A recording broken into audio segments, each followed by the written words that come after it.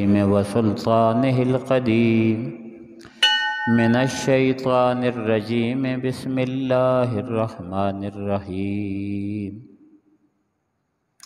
يا أيها الذين آمنوا إنما المشركون نجس فلا يقربوا المسجد الحرام بعد عامهم هذا وإن خفتم عيلة فسوف يغنيكم الله من فضله إن شاء إن الله عليم حكيم قاتلوا الذين لا يؤمنون بالله ولا باليوم الآخر ولا يحرمون ما حرم الله ورسوله ولا يدينون دين الحق من الذين أوتوا الكتاب حتى يؤتوا الجزية عن يد وهم صاغرون صدق اللہ مولانا العظیم یا ایہا الذین آمنوا اے ایمان والو انما المشرکون نجس بے شک مشرک ناپاک ہیں گندگی ہیں فلا یقرب المسجد الحرام بعد عامہم ھذا مسجد حرام کے قریب نہ آئیں اس سال کے بعد وَإِنْ خِفْتُمْ عَيْلَةً فَسَوْفَ يُغْنِيكُمُ اللَّهُ مِنْ فَضْلِهِ إِنْ شَاءَ وَإِنْ خِفْتُمْ عَيْلَةً اگر تمہیں ڈر ہو غربت کا فَسَوْفَ يُغْنِيكُمُ اللَّهُ مِنْ فَضْلِهِ جلد ہی اللہ تعالیٰ تمہیں غنی کر دیں گے اپنے فضل سے انشاء اگر چاہا ان اللہ علیم حکیم بے شک اللہ تعالیٰ جاننے والے ہیں حکمت والے قاتل الذین لا یؤمنون باللہ ولا بالیوم الآخر لڑو ان لوگوں سے جو نہ اللہ پر ایمان رکھتے ہیں اور نہ قیامت کے دن پر وَلَا يُحَرِّمُونَ مَا حَرَّمَ اللَّهُ وَرَسُولُهُ اور نہیں حرام جانتے اس کو جو اللہ اور اللہ کے رسول نے حرام کیا وَلَا يَدِينُونَ دِينَ الْحَقِّ اور نہیں قبول کرتے نہیں تابع ہوتے دین حق کے مِنَ الَّذِينَ أُوتُوا الْكِتَابَ ان لوگوں میں سے جن کو کتاب دی گئی حتیٰ یؤتوا الجزیۃ عن ید وہم صاغرون یہاں تک کہ وہ دے دیں جزیہ اپنے ہاتھوں سے اور وہ ذلیل ہوں آمنت باللہ و بآیاتہ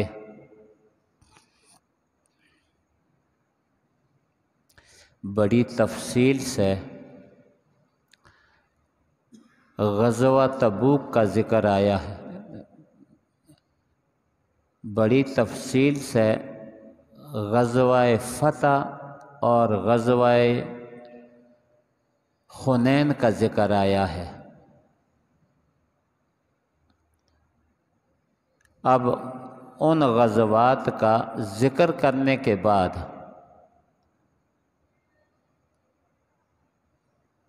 اللہ تعالی جل جلالہ عما نوالہ نے ارشاد فرمایا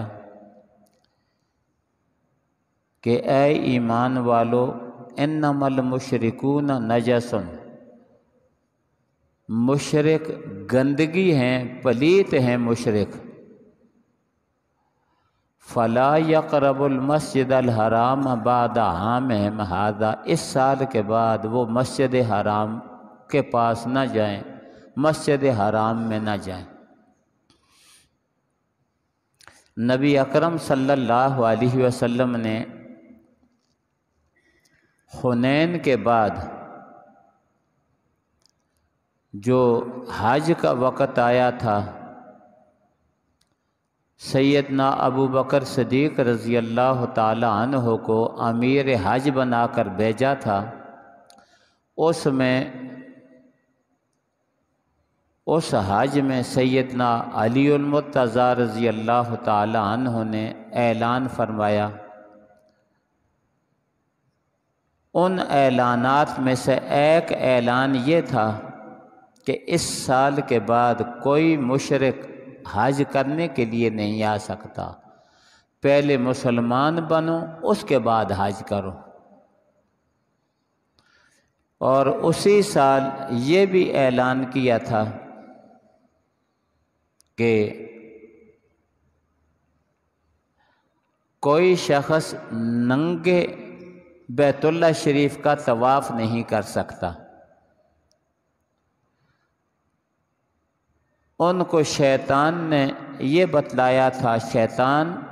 انسان کا لباس اتار کر انسان کو ننگا کرتا ہے۔ ہمارے باپ آدم علیہ السلام کو بھی ننگا کیا تھا شیطان نے لباس اتار کر جنت میں، اور آج بھی شیطان کی کوشش یہ ہوتی ہے کہ انسان کو ننگا کرے، اور وہاں عبادت کے نام پر مشرکین عرب کو عبادت کے نام پر ننگا کیا تھا، اور وہ ان کو یہ سبق پڑھایا کہ اس لباس میں ہمیشہ گناہ کرتے رہتے ہو، تو اب اللہ تعالیٰ کے گھر کا طواف کرنا ہے، لہٰذا جس لباس میں گناہ کرتے رہتے ہو اس لباس میں کے ساتھ طواف نہ کرو۔ ایک رسم بن گئی تھی، رواج بن گیا تھا۔ تو نبی علیہ السلام نے یہ پیغام بھیجا، سیدنا علی المرتضیٰ رضی اللہ تعالیٰ عنہ نے اعلان کیا کہ اس کے بعد کوئی شخص بھی ننگے طواف نہیں کر سکتا، طواف جس نے کرنا ہو تو وہ لباس پہن کر طواف کرے، چاہے سلے ہوئے کپڑے ہوں یا چادریں ہوں، 2 چادریں، اس طرح طواف کرے، ننگے طواف نہیں کر سکتا۔ اور پہلے 2 باتیں گزر چکی ہیں سورت کے ابتدا میں کہ جن جن مشرکین کے ساتھ معاہدہ ہوا ہے، اگر انہوں نے معاہدے کو توڑا نہیں تو جتنے عرصے کا معاہدہ ہوا ہے اتنے عرصے کے بعد معاہدہ ختم ہو جائے گا، جتنا معاہدہ ہے وہ ختم ہو جائے گا۔ میری طرف دیکھو، میری طرف دیکھو ادھر۔ اور باقی جن جن لوگوں کے ساتھ معاہدہ نہیں ہوا ان کو 4 مہینے کی مدت ہے کہ یا 4 مہینے کے اندر اسلام قبول کر لو اور یا سرزمین عرب کو چھوڑ کر چلے جاؤ۔ تو بہرحال جو نبی علیہ السلام نے اعلان فرمایا، سیدنا علی المرتضیٰ کو بھیجا اعلان کے لیے، ان میں ایک یہ بھی تھا، یا ایھا الذین آمنوا، اے ایمان والو، انما المشرکون نجس فلا یقربوا المسجد الحرام بعد عامہم ھذا، مشرک ناپاک ہیں، نجس ہیں، اس سال کے بعد وہ مسجد حرام کے قریب نہ آئیں۔ خطاب ہے مومنوں کو، کیونکہ مشرک تو مانتے ہی نہیں تھے، خطاب ہے مومنوں کو، ان کو یہ کہا کہ ان کو نہ چھوڑو، ان کو مشرکوں کو طواف کرنے کو، حرم شریف میں آنے کو نہ چھوڑو۔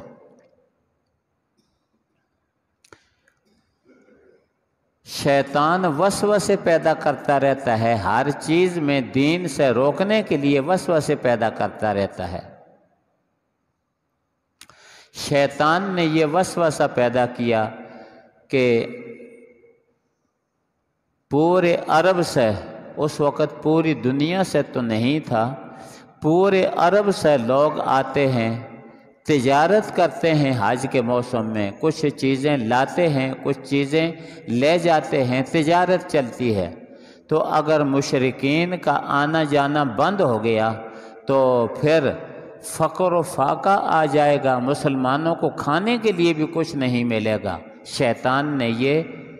شبہ پیدا کیا، شیطان نے یہ وسوسہ پیدا کیا کہ اگر ان کو اس طرح بند کرتے ہو تو پھر کھانے پینے کا کیا ہوگا، فقر و فاقہ آ جائے گا۔ تو اللہ تعالیٰ نے ان کے اس سوال کا جواب دیا، فرمایا وَإِنْ خِفْتُمْ عَيْلَةً فَسَوْفَ يُغْنِيكُمُ اللَّهُ مِنْ فَضْلِهِ إِنْ شَاءَ۔ اگر تمہیں فقر کا ڈر ہے، غربت کا ڈر ہے کہ تجارتیں نہیں ہوں گی، مشرک آئیں گے نہیں، جائیں گے نہیں، تجارت نہیں کریں گے تو ہم بھوک سے مر جائیں گے۔ فرمایا اگر تمہیں بھوک کا ڈر ہو، فقر کا ڈر ہو تو یہ ڈر نہ کرو، مشرکین کو یہاں سے نکالو، اللہ تعالیٰ تمہیں اپنے فضل سے غنی کر دے گا۔ چنانچہ اللہ تعالیٰ جل جلالہ عما نوالہ نے اتنا غنی کیا، جب مشرکین کو روکا تو اللہ تعالیٰ نے مسلمانوں پر فتوحات کے دروازے کھول دیے۔ ایک طرف سے ایران، مدائن، عراق، سب ملکوں کے خزانے اللہ تعالیٰ نے لا کر مدینہ منورہ پہنچا دیے۔ تو وہاں لا کر مال کو اس طرح تھیلیوں میں سنبھالا نہیں جاتا تھا، بلکہ سیدنا فاروق اعظم رضی اللہ تعالیٰ عنہ کے دور میں جب مال آیا تو حضرت فاروق اعظم رضی اللہ تعالیٰ عنہ نے حکم دے دیا کہ دسترخوان کے جو کپڑے ہیں وہ کپڑے بچھاؤ مسجد میں، اور اس کے اوپر چونکہ وہ کاغذ کا تو روپے ہوتے نہیں تھے، اور کاغذ حقیقت میں یہ روپیہ بھی نہیں ہے۔ آپ کے پاس جو 100 کا نوٹ ہے، 500 کا نوٹ ہے، 1000 کا نوٹ ہے، اس کے اوپر یہ لکھا ہوا ہے انہوں نے کہ حامل حاضہ کو 100 روپیہ مطالبے پر ادا کر دیا جائے گا، یعنی یہ ایک رسید ہے، یہ روپیہ نہیں ہے، یہ روپیہ نہیں ہے، یہ روپے کی رسید ہے۔ تو اس کے اوپر یہ لکھا ہوتا ہے کہ آپ کو مطالبے پر حامل حاضہ کو، جس کے پاس یہ رسید ہوگی، اس کو 100 روپیہ ہے یا 500 ہے یا 1000 ہے یا 5000 ہے، وہ اس کو دے دیا جائے گا مطالبے پر۔ یہ آج ہمارا وقت ہے کہ اگر کسی چیز کی کمی ہوگی، پیسے کی کمی ہوگی، پیسہ نہیں ہے، تو ہمارے پاس سونا اور چاندی نہیں ہے، پھر بھی نوٹ چھاپنا شروع کر دیتے ہیں۔ یہ جو حکومتیں گزری ہیں، جو حکومتیں لوگوں کے پیسے کھانے والی تھیں، لوگ تو غریب ہو جاتے تھے، یا اپنی بار بیچ دیتے تھے، یا سونا چاندی بار بیچ دیتے تھے، ان کے پاس یہاں تو کچھ بھی نہیں رہتا تھا کہ جس حساب سے وہ نوٹ چھاپیں، پھر وہ ویسے نوٹ چھاپ کر لوگوں کو کیا ہے، لوگوں کو جھوٹی رسیدیں دے کر لوگوں کا دل خوش کرتے تھے۔ تو اس وقت یہ جھوٹی رسیدیں نہیں ہوا کرتی تھیں، اس وقت سونے کے سکے ہوتے تھے، چاندی کے سکے ہوتے تھے، اس وقت مال یہ ہوا کرتا تھا۔ تو جب فتوحات ہوتی، سونا اور چاندی اونٹوں پر لایا جاتا، بوریوں کی بوریاں بھر کر، تو مسجد کے اندر کپڑا ڈال کر اس پر ڈال دیا جاتا، کہا جاتا کہ ہر آدمی اتنا اتنا اس میں سے لے جائے۔ ہر آدمی کی مختلف کیٹیگریاں تھیں، مختلف ان کے ہجرت کے اندر یا اسلام کے اندر ان کا جو مقام تھا، اس اعتبار سے کہا یہ سونا چاندی ہے، اس کو لے جاؤ۔ تو اتنا اللہ تعالیٰ نے مستغنی کیا کہ پھر اس کو لینے والا کوئی بھی نہیں تھا۔ یہاں تک کہ جب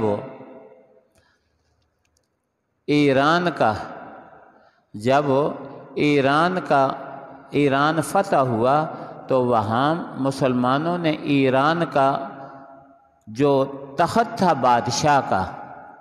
اس کو بھی اٹھا کر لے آئے، اس کا بادشاہ کو جو تاج تھا اس کو بھی اٹھا کر لے آئے۔ نبی علیہ السلام نے ایک دفعہ فرمایا تھا ایک صحابی کو، جو نبی علیہ السلام کو پکڑنے کے لیے نبی علیہ السلام کے تعاقب میں نکلا تھا، جس دن نبی علیہ السلام اور ابو بکر صدیق ہجرت کر کے جا رہے تھے، تو اس کو نبی علیہ السلام نے کہا تھا کہ سراقہ تیرا کیا حال ہوگا کہ جب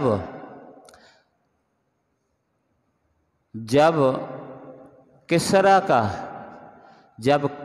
کا سر تیرے تاج پر کسریٰ کا تاج تیرے سر پر ہوگا اور کسریٰ کے کنگن تیرے ہاتھوں پر ہوں گے اور تو اس کے تخت پر بیٹھا ہوگا۔ جا رہے ہیں ہجرت کر کے،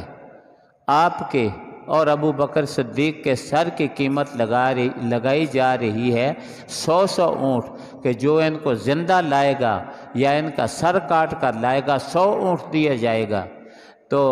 جا رہے ہیں اس حالت میں، فرماتے کیا ہیں کہ سراقہ آپ کا کیا حال ہوگا جب کسریٰ کا تاج تیرے سر پر ہوگا، اس کے کنگن تیرے ہاتھوں پر ہوں گے۔ حضرت فاروق اعظم کے دور میں جب وہ ایران فتح ہوا، وہاں چیزیں لائی گئیں، تو اس سراقہ ابن مالک کو تخت پر بٹھایا اور تخت پر بٹھا کر تاج اس کے سر پر رکھا، کنگن اس کے ہاتھوں میں پہنائے حضرت عمر نے، اور نعرہ تکبیر بلند کیا اور کہنے لگے صدق رسول اللہ صلی اللہ علیہ وسلم، صدق رسول اللہ صلی اللہ علیہ وسلم، رسول اللہ نے سچ فرمایا تھا، رسول اللہ نے سچ فرمایا تھا۔ تو اللہ تعالیٰ فرماتے ہیں کہ اگر تمہیں اس بات کا ڈر ہو کہ یہ تجارتیں بند ہو جائیں گی، کافر مشرک نہیں آئیں گے، تو ہمارا کیا بنے گا؟ فرمایا وَإِنْ خِفْتُمْ عَيْلَةً فَسَوْفَ يُغْنِيكُمُ اللَّهُ مِنْ فَضْلِهِ إِنْ شَاءَ، اگر تمہیں فقر کا ڈر ہو تو اللہ تعالیٰ تمہیں جلد ہی غنی کر دیں گے اپنے فضل سے اگر چاہیں گے۔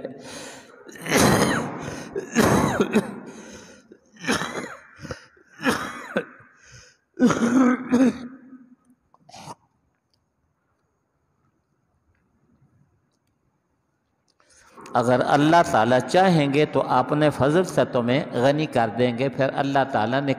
کس طرح غنی کیا؟ ہمارا کام ہے اللہ تعالیٰ کا حکم ماننا، ہم مسلمان ہیں، الحمدللہ ثم الحمدللہ، ہم نے کلمہ پڑھا ہے لا الہ الا اللہ محمد رسول اللہ، ہم ہیں مسلمان۔ مسلمان کا کام ہے اپنے رب کا حکم ماننا، آگے کیا ہوتا ہے وہ رب پر چھوڑ دے، وہ کس پر چھوڑ دے؟ رب پر چھوڑ دے۔ ہمارا جو کام ہے وہ کام ہمیں کرنا ہے۔ ان اللہ علیم حکیم، بے شک اللہ تعالیٰ جاننے والے ہیں، حکمت والے ہیں۔ آگے پھر ترغیب دی ہمیشہ، فرمایا قاتل الذین لا یؤمنون باللہ ولا بالیوم الآخر، فرمایا ان کافروں کے ساتھ لڑو جو اللہ پر، قیامت پر ایمان نہیں لاتے، ولا یحرمون ما حرم اللہ ورسولہ، اور اللہ کے رسول نے جس چیز کو حرام قرار دیا ہے اس کو وہ حرام نہیں سمجھتے، ولا یدینون دین الحق، اور دین حق کے تابع نہیں ہوتے، دین حق کو، اسلام کو قبول نہیں کرتے، ان کے ساتھ لڑو۔ فرمایا ایک طرف تو وہ مشرکین عرب ہیں، ان سے تو معاملہ مکمل ہو چکا، ان سے تو جہاد کا معاملہ مکمل ہو چکا، جو مسلمان ہونے تھے مسلمان ہو گئے، باقیوں کو وہاں سے نکال دیا گیا، حرم کے پاس آنے کی بھی ان کو اجازت نہیں، حرم میں آنے کی بھی اجازت نہیں۔ اب دوسرے کافر رہ گئے اہل کتاب کے۔ اہل کتاب کے کافر دو قسم پر ہیں، ایک ہیں وہ جن کو یہودی کہا جاتا ہے، یہ اہل کتاب کے کافر ہیں، دوسرے وہ جن کو عیسائی کہا جاتا ہے، یہ بھی اہل کتاب کے کافر ہیں، یعنی ان لوگوں میں سے ہیں جن کو تورات اور انجیل دی گئی۔ اہل کتاب کتاب والے یعنی تورات والے، اہل کتاب کتاب والے یعنی انجیل والے، جن کو تورات اور انجیل دی گئی،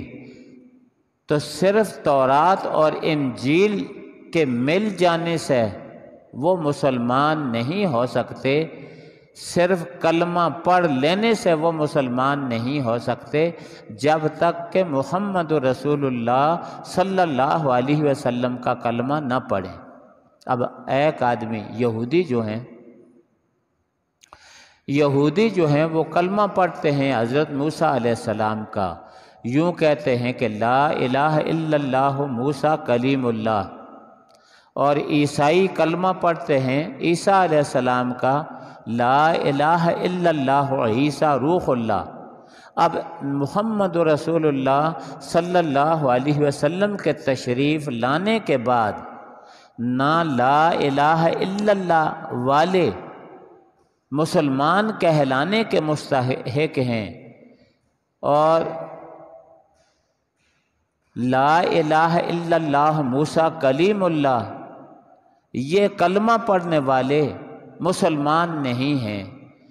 لا الہ الا اللہ عیسیٰ روح اللہ یہ کلمہ پڑھنے والے مسلمان نہیں ہیں۔ محمد رسول اللہ کے تشریف لانے کے بعد، آپ کے تشریف لانے کے بعد وہ مسلمان ہوں گے جو پڑھیں گے لا الہ الا اللہ محمد رسول اللہ، لا الہ الا اللہ محمد رسول اللہ پڑھیں گے تو تب مسلمان ہوں گے۔ مرزائی خود بھی دھوکے میں ہیں اور لوگوں کو بھی دھوکہ دیتے ہیں۔ مرزائی خود بھی دھوکے میں ہیں اور لوگوں کو بھی دھوکہ دیتے ہیں۔ خود کس دھوکے میں ہیں اور لوگوں کو کیا دھوکہ دیتے ہیں وہ بات سمجھو۔ وہ کہتے ہیں کہ اے مسلمانوں، تم حنفی ہو، شافعی ہو، مالکی ہو، حنبلی ہو، تم بھی کلمہ پڑھتے ہو، اور ہم احمدی ہو کر ہم بھی کلمہ پڑھتے ہیں۔ تم اگر حنفی، مالکی، حنبلی، شافعی ہو کر کلمہ پڑھ کر مسلمان ہو تو ہم احمدی، ہم بھی کلمہ پڑھتے ہیں تو ہم مسلمان ہیں۔ ہم پر تم نے کفر کا فتویٰ کیوں لگایا؟ ہم پر تمہاری قومی اسمبلی نے ہمیں غیر مسلم اقلیت کیوں قرار دیا؟ ہم تو کلمہ پڑھتے ہیں۔ لیکن انہیں یہ معلوم نہیں ہے، اس دھوکے میں ہیں، لوگوں کو بھی دھوکہ دیتے ہیں کہ صرف کلمہ پڑھ لینے سے آدمی مسلمان نہیں ہوتا، بلکہ باقی جو اسلامی عقائد ہیں ان کو مانے گا تب مسلمان ہوگا۔ اور محمد رسول اللہ صلی اللہ علیہ وسلم کے بعد اور کسی نبی کے آنے کا انتظار کرے، یا کسی نبی کو یا کسی بدمعاش کو نبی مانے، وہ شخص 100 بار کلمہ پڑھے وہ مسلمان نہیں ہو سکتا۔ اس لیے جو فارم ہیں ان فارموں میں یہ لکھا ہوا ہے، کوئی مرزائی اگر مسلمان ہونا چاہے تو اس کو یہ بتلایا جاتا ہے کہ یہ بھی اقرار کر کہ مرزا غلام احمد قادیانی اور اس کے ماننے والے کافر اور مرتد ہیں۔ مرزا غلام احمد قادیانی اور اس کے ماننے والے کافر اور مرتد ہیں، جو ہمارا آئینی حق ہے، ہماری اسمبلی نے پاس کیا ہے، ہمارے آئین میں یہ لکھا ہوا ہے۔ اس وقت تک ان قادیانیوں، مرزائیوں میں سے کسی کا صرف کلمہ پڑھ لینے سے وہ مسلمان نہیں ہوتے جب تک کہ اس چیز کا اقرار نہ کریں۔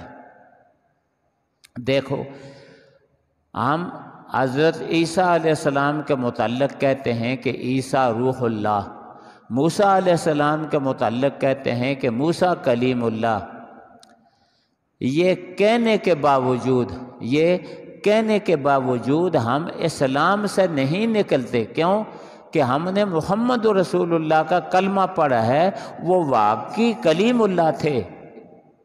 موسیٰ علیہ السلام واقعی کلیم اللہ تھے، عیسیٰ علیہ السلام واقعی روح اللہ تھے، حضرت ابراہیم واقعی خلیل اللہ تھے۔ وہ ٹھیک ہے، لیکن جب تک ہم محمد رسول اللہ کو نہیں مانیں گے تو اس وقت تک مسلمان نہیں ہو سکتے۔ اور مرزائی قادیانی جب تک محمد رسول اللہ صلی اللہ علیہ وسلم کی ختم نبوت کا اقرار نہیں کریں گے۔ قرآن شریف میں آتا ہے وخاتم النبیین، لوگوں کو دھوکہ دینے کے لیے کہتے ہیں ہم بھی خاتم النبیین مانتے ہیں، اور وہ مانا پھر اس سے اور مراد لیتے ہیں، اس لیے دھوکہ دیتے ہیں۔ ہم سب کو یہ بات سمجھنی چاہیے، ہم سب کو یہ بات سمجھنی چاہیے۔ جب تک علماء کے پاس بیٹھ کر، ختم نبوت والے علماء کے پاس بیٹھ کر جب تک یہ مسئلہ نہیں سیکھو گے تو مرزائیوں کے، قادیانیوں کے دھوکے میں آ جاؤ گے۔ یہ سخت دغا باز ہیں، دجالی فتنہ ہے، دجال ہیں، دجالی فتنہ ہے، دھوکہ دیتے رہتے ہیں۔ اس لیے دیکھو ہیں اہل کتاب، ہیں اہل کتاب، اہل کتاب کو قرآن شریف نے مسلمان نہیں کہا، فرمایا قاتل الذین لا یؤمنون باللہ ولا بالیوم الآخر، لڑو ان لوگوں کے ساتھ جو ایمان نہیں لاتے اللہ پر اور قیامت پر، ولا یحرمون ما حرم اللہ ورسولہ، اور نہیں حرام سمجھتے اس چیز کو جس کو اللہ اور اللہ کے رسول نے حرام کیا ہے، ولا یدینون دین الحق، اور دین حق کے تابع نہیں ہوتے، من الذین اوتوا الکتاب، فرمایا ان لوگوں میں سے جن کو کتاب دی گئی، یعنی مشرکین کی بات پہلے گزر چکی ہے، یہ اہل کتاب کے جو کافر ہیں ان کا ذکر ہو رہا ہے۔ من الذین اوتوا الکتاب، ان لوگوں میں سے جن کو کتاب دی گئی، فرمایا ان کے ساتھ لڑتے رہو، حتی یؤتوا الجزیۃ عن ید وہم صاغرون، یا تو وہ اپنے آپ کو کافر کہہ کر جزیہ ادا کریں، اور یا کلمہ پڑھ کر مسلمان ہو جائیں، یا اگر وہ جزیہ دیں، اسلامی حکومت کو مانیں، جزیہ دیں اپنے آپ کو کافر سمجھ کر، ٹھیک ہے، قبول ہے۔ اسی طرح ہماری مرزائیوں کے ساتھ کوئی لڑائی نہیں ہے، وہ اپنے آپ کو کافر سمجھیں، جو ہماری آئین میں لکھا ہے وہ اپنے آپ کو کافر سمجھیں، اور کافر سمجھ کر کہیں کہ ہم کافر ہو کر پاکستان کے شہری ہیں، پھر ان کے ساتھ کوئی بھی نہیں چھیڑے گا۔ ان کے ساتھ چھیڑا چھاڑی تب ہوتی ہے کہ کفر کر کے اپنے آپ کو مسلمان سمجھتے ہیں۔ قائد اعظم محمد علی جناح رحمۃ اللہ تعالی علیہ، قائد اعظم محمد علی جناح رحمۃ اللہ تعالی علیہ، جو کہ بانی پاکستان تھا، علماء کے ساتھ مل کر پاکستان بنایا تھا، جب وہ فوت ہو گئے تو ایک قادیانی تھا، ہمارا وزیر خارجہ تھا، قادیانی تھا، وہ وہاں موجود ہو کر بھی، جنازے کے گراؤنڈ میں موجود ہو کر بھی اس نے قائد اعظم کا جنازہ نہیں پڑھا۔ کہتا کیا تھا؟ مجھے یوں سمجھ لو کہ میں ایک کافر ملک کا مسلمان وزیر خارجہ ہوں، یا مسلمان ملک کا کافر وزیر خارجہ ہوں، لہذا اس نے جنازہ نہیں پڑھا تھا۔ تو اپنے آپ کو 100 بار بھی اگر کہیں ان اصولوں پر نہیں چلیں گے تو معاملہ مشکل ہوگا۔ اس لیے علماء کے پاس بیٹھو، اور علماء کے پاس بیٹھ کر یہ مسئلہ سیکھو۔ ختم نبوت والے ہمیشہ ختم نبوت کا کورس کرواتے رہتے ہیں، ان کا تعارف کرواتے رہتے ہیں، اب بھی جاری ہے، پہلے سے بھی جاری۔ یہ چیزیں سیکھو تب پتہ چلے، ورنہ یہ سخت دجال ہیں،